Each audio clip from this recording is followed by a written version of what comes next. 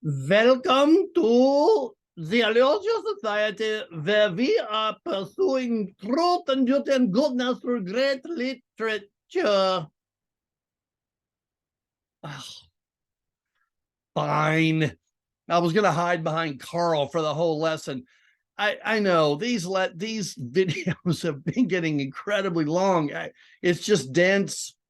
But friends, I just want to impress upon you, this is a really important poem. It lays like a philosophical kind of foundation for understanding why we are where we are today. But, and I know it's not like a broken record, don't sweat it. If you don't understand a reference, friends, that was Eliot's point. This thing is meant to be an enigma. It's meant to be a puzzle. It's meant to be extremely difficult. And there are scholars who study Eliot their whole life, and they're still not absolutely certain what every single reference is referring to. Okay, so, but hey, you know, this is our final video. We'll be moving on to the next book after this. But let's just go ahead and dive in. This last section, whoo, boy, what an ending, you know. Very typical, you know, Eliot fashion, I will say that. But here we are. Okay, so we've done the intros. We've already gone through parts 1, 2, and 3. I'm going to warn you ahead of time. I'm brushing over part 4 fairly quickly. I mean, it's pretty small. Eliot said it was very important, so I don't want to ignore it. But we're going to finish the whole thing in this video. All right. All right. Just a reminder, the forest. So the burial of the dead is foundational. Keep that in mind. The whole thing kind of stems out of what about the dead? What about these millions of people who died in World War I? What is the answer to that philosophically? But it's also the title of part 1. The game of chess. Relationships now become, how can I outmaneuver you? Very depressing. The fire sermon, we talked about the Buddha and Buddhism.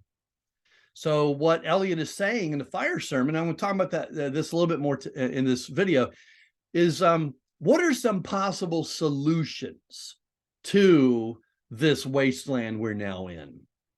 And Buddhism, I think Eliot is saying, well, let's think about, could Eastern thought be one of the possible solutions? We'll get to that.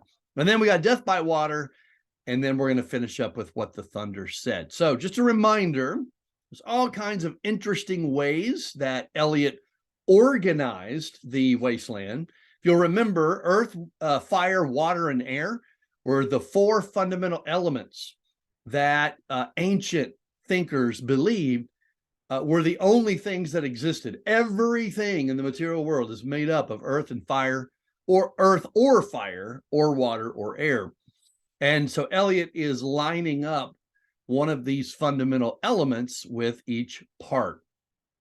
Earth, burial of the dead, fire, the fire sermon.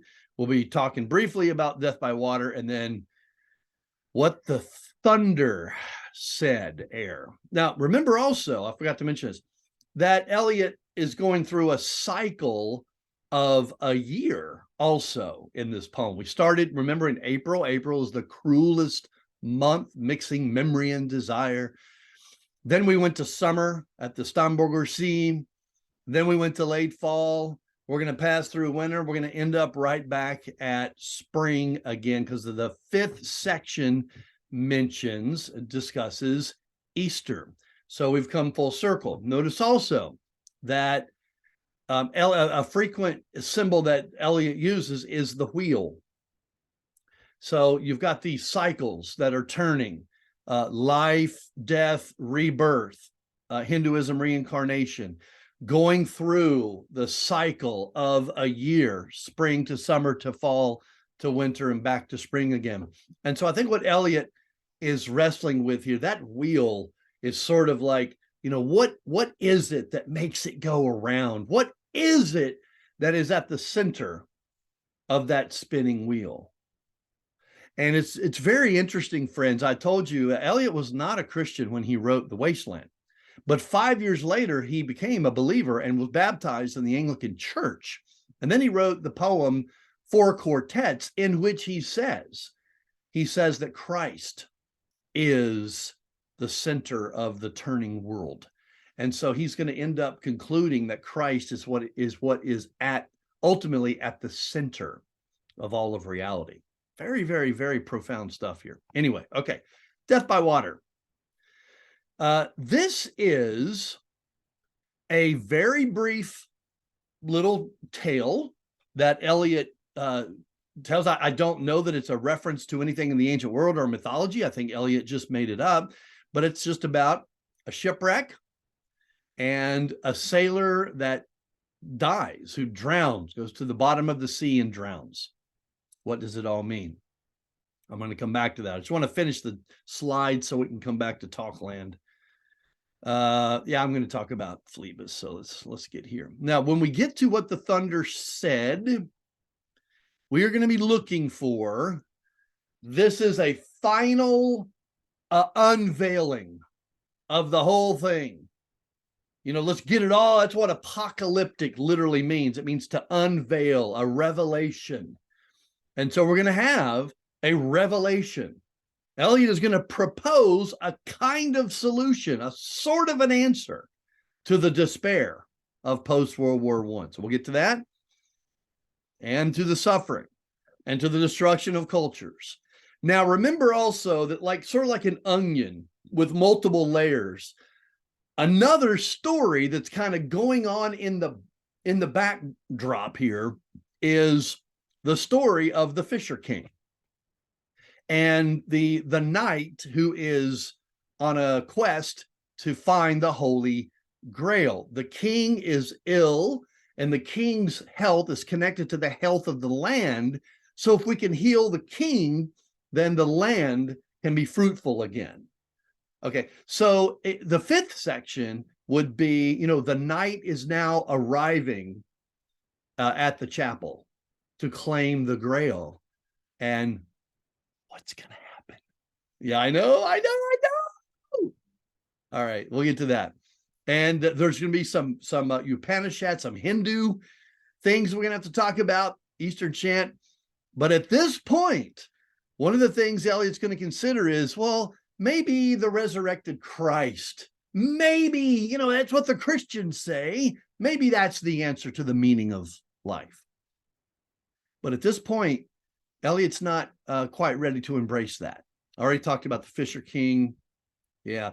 And at the end, the apocalyptic answer, response, whatever, to mitigate this suffering and move forward is going to be found in three commands that come really out of Hinduism. And so, good. All right, that's where I wanted to stop. I am going to be coming back to the slides. So let me just make sure I've kind of preserved them. All right, let's do it, guys. Right back to it. Now, really quickly, guys, I think what Eliot is doing in section 4 is the sailor, I think, kind of represents the destruction of civilization. He might even point to the many, many, many deaths from World War I. The shipwreck would be the disaster that was World War I. And this drowned sailor who sinks into oblivion, who would then reach a state of unconsciousness, represents, I think, first of all, the destruction of culture and tradition. We've talked about that a million times. But maybe also, the fact that he is unconscious, that he is not aware, could be some sort of indirect reference to an experience of nirvana. Yeah, I know. Just hang with me. I know that's a little bit much to take in at this point, but let's just dive in. The first section, again, the knight is arriving at the chapel and so forth. But the first section here, guys, is actually all about Easter. It's about, okay, I'm writing this poem, Eliot, I guess he's thinking, and what are some solutions that people would say? Well, one of them, again, would be the Christian answer. After the torchlight red on sweaty faces, after the frosty silence in the gardens, This is a reference to the night before Jesus was crucified, when he prayed to the Father in the Garden of Gethsemane, your will be done, but if it's possible for this cup to pass from me, let it be, but your will be done. There's silence. So he goes through with it. After the agony in stony places, the shouting and the crying, prison and palace, and reverberation of thunder of spring over distant mountains, he who was living is now dead. Now, this is rough. You see how Eliot kind of flips the Christian message and turns it upside down. You see, the Christian message is he who was dead is now living, resurrected Christ. But Eliot leaves him in the grave. Eliot is not willing at this point in his life, in 1921, 22, to embrace a resurrected Christ. So he's turning the Eastern. Oh, that's obviously not going to be the answer to our despair, because dead people don't come back to life. Eliot was not a believer at that point. And okay, remember also, so therefore, Eliot is looking at this from a completely just naturalistic Darwinian ethic and perspective. The physical world is all there is. So the wasteland, that's one of the reasons the wasteland concept is so depressing, because you don't even have any hope that, okay, you live your life and then you die. Well, at least you go to heaven to be in the presence of God. No, not in this worldview. So remember, water in the wasteland refers to something that you crave and you want, but you don't get it. Remember, memory versus desire. We're talking about that. It could also here refer to baptism. It could also refer to, remember the woman at the well? Jesus talked to her in John chapter 4, and they had this conversation, and then he ends up saying, you know what, I can give you water, that springs up to eternal life, that you'll never thirst again if you drink it. So Eliot is probably mixing in all these different kinds of, Christian references to water when he says, here is no water, no living waters, no life, no quenching of the thirst. Rock and no water, sandy road, mountains of rock without water. If there were water, we should stop and drink amongst the rock. One cannot stop or think. Sweat is dry and feet are in the sand if there were only water amongst the rock. So he's going to go through a series of if clauses for quite a, 20, maybe 20 or 30 lines. And I think what he's doing here is these if clauses are sort of like wishful thinking. Well, if we had this, then we could, fix this or that. But they're sort of like rhetorical questions. Okay, we don't have the if, so therefore the then is not there. Memory, desire, craving that is unfulfilled. This whole section. Skip up to the top. Let me see here. There's not even silence in the mountains. Dry, sterile thunder without rain. Usually when you hear thunder, at least oh, good, water's coming. Not now.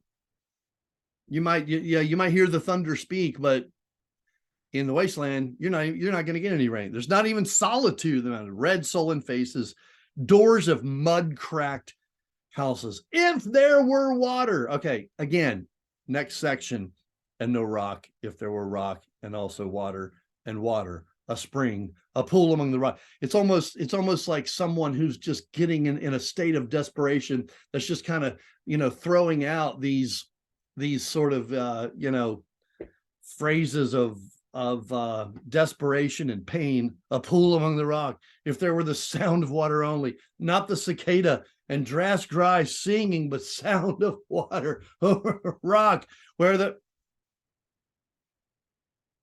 and then there's a break. So that voice now goes away. That voice fades. Remember Robin Williams? Okay, all the voices can come. Who is the third who walks away always beside you? This is probably a reference. Remember the story where after Jesus was raised from the dead, I think this might be Luke 24, but I'm not remembering, where Jesus is walking on the road to Emmaus, with two of his disciples, but they don't realize it's him. They think about it later. I don't think the disciples are named at that point, so we don't know who they are, but they remember later, oh my word, we were actually walking right there with him. So is Jesus here with us, even though we can't see him? You know, Pilgrim's Progress, third room, Jesus on the other side of the wall, even though you can't see him or feel him. Is there a third person? Do we have that hope? Eliot's answer to the rhetorical question: no. Who is the third person who walks always beside you? When I count, there are only you and I together. But when I look up ahead, the white road, there's always another one walking beside you, gliding, wrapped in a brown mantle, hooded. I do not know whether it's a man or a woman, but who is that on the other side of you? And so, you know, some scholars think this might be a hallucination. You know how, you know, I've never experienced this. You're out in the desert and you see mirages. You know, you see, you know, an oasis, a pool of water, but it's not really there. It's in your mind because you want it to be there so badly. So at this point, Western man is hoping and craving and desiring and perhaps seeing that there is a God, or there's hope, or there's an answer, or there's salvation, but it goes away because there isn't, according to Eliot. What is that sound in the air? Murmur of maternal lamentation. This part is pretty brutal. It's really reminiscences of World War I, mothers crying out for their dead sons. Hooded hordes over endless plains, stumbling in cracked earth. Skip down. What is the city over the mountains? Cracks and reforms and bursts in the violet air. Falling towers. Jerusalem, Athens, Alexandria. He's naming the great cities that represent civilization and culture and the humanities, but they're gone. They're gone. Vienna, London, and so forth. The next section is referring to the aftermath. Once again, the aftermath of the war. A woman drew her long hair, black hair out tight, and fiddled whisper music on those strings. I'm going to go on down to in this decayed hole. Among the mountains, in the faint moonlight, the grass is singing over the tumbled graves. Ugh.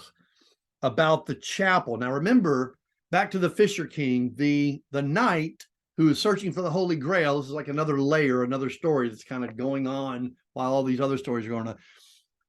Remember, you know, especially in years past, if you're going to a chapel, you might have to walk through a graveyard to get to the chapel. You know, old, you know, we still see them today. Old churches have their graveyards right there next to them frequently. So what does the knight have to experience or see or walk through before he can get to the chapel? He sees death. He sees death. And so this is causing him to think, maybe this isn't the right place. Maybe this isn't the answer. Now, starting with Ganga, we have the three answers, or the three commands, we might call them. Three commands that, well, look, everything is kind of a big pile of rubbish. So let's go to Hinduism. Let's go to the, Christianity obviously hasn't worked. The Western world has been mostly Christian up to this point, and look where that's got us. Let's try the Hindu faith. Ganga was sunken in the Limp. That's referring to the Ganges River in India, sacred, holy river to the Hindus.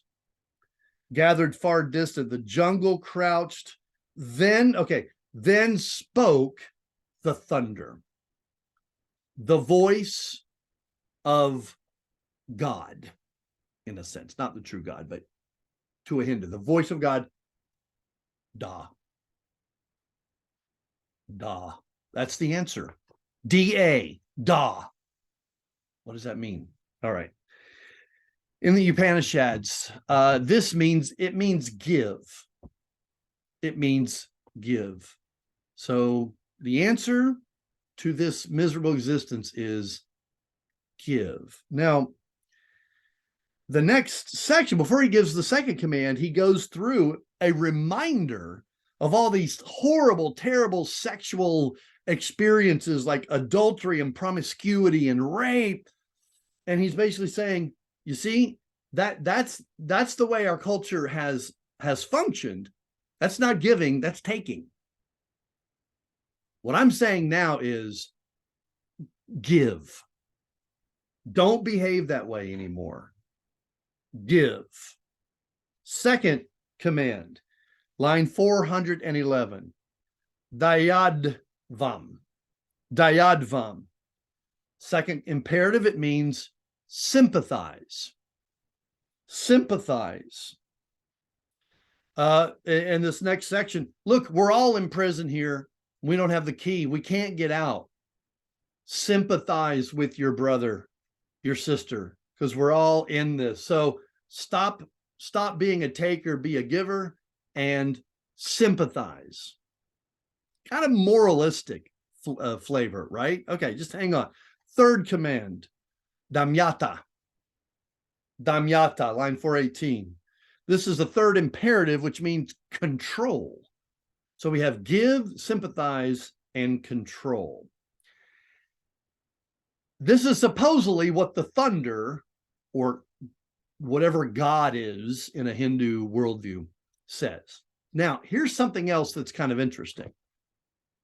Apparently, what Eliot is trying to communicate here, according to the Hindu tradition, is that when the God, now in Hinduism, I'll just say this, it's actually a polytheistic religion in a sense. They have millions of gods, but they also believe in this very generic, vague concept of the essence of God. So when that being is asked, what's the answer? He says Da. But there are three different groups of people around him. And the three different groups of entities around him hear something different. And perhaps that's what the God intends. Man, there are three groups of entities: man, demons, and other gods.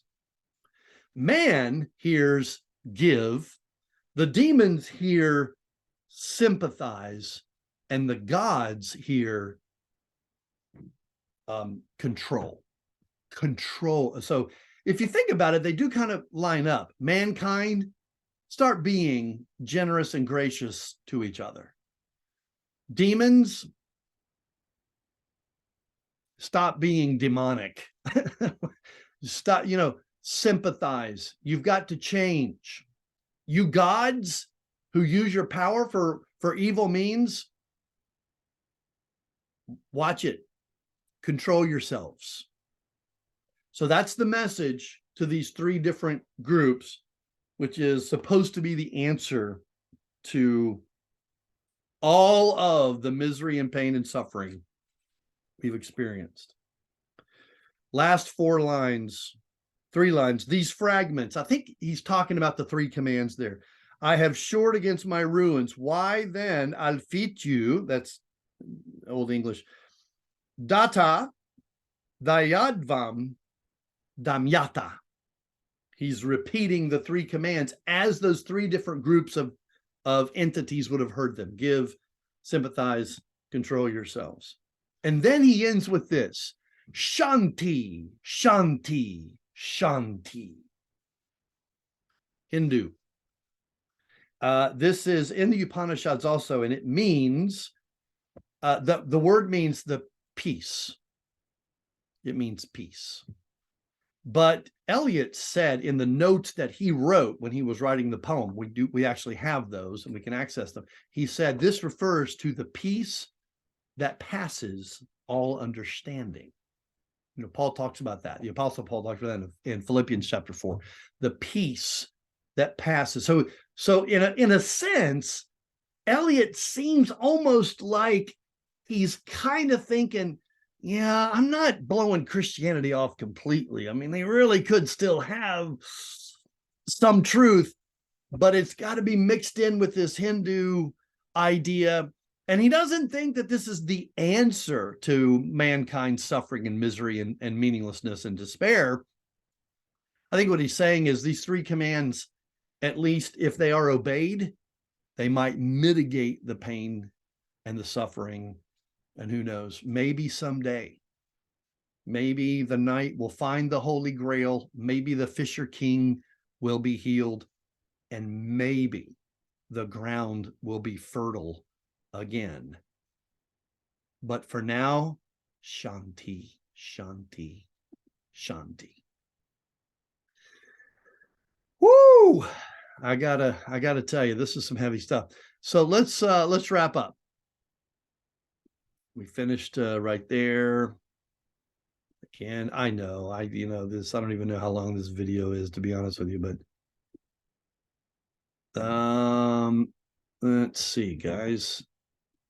Sorry, I've already gone through all that. Oh, this is kind of a reminder. I just wanted to reflect back with you on, can you even believe where we've been? Seriously, look at this.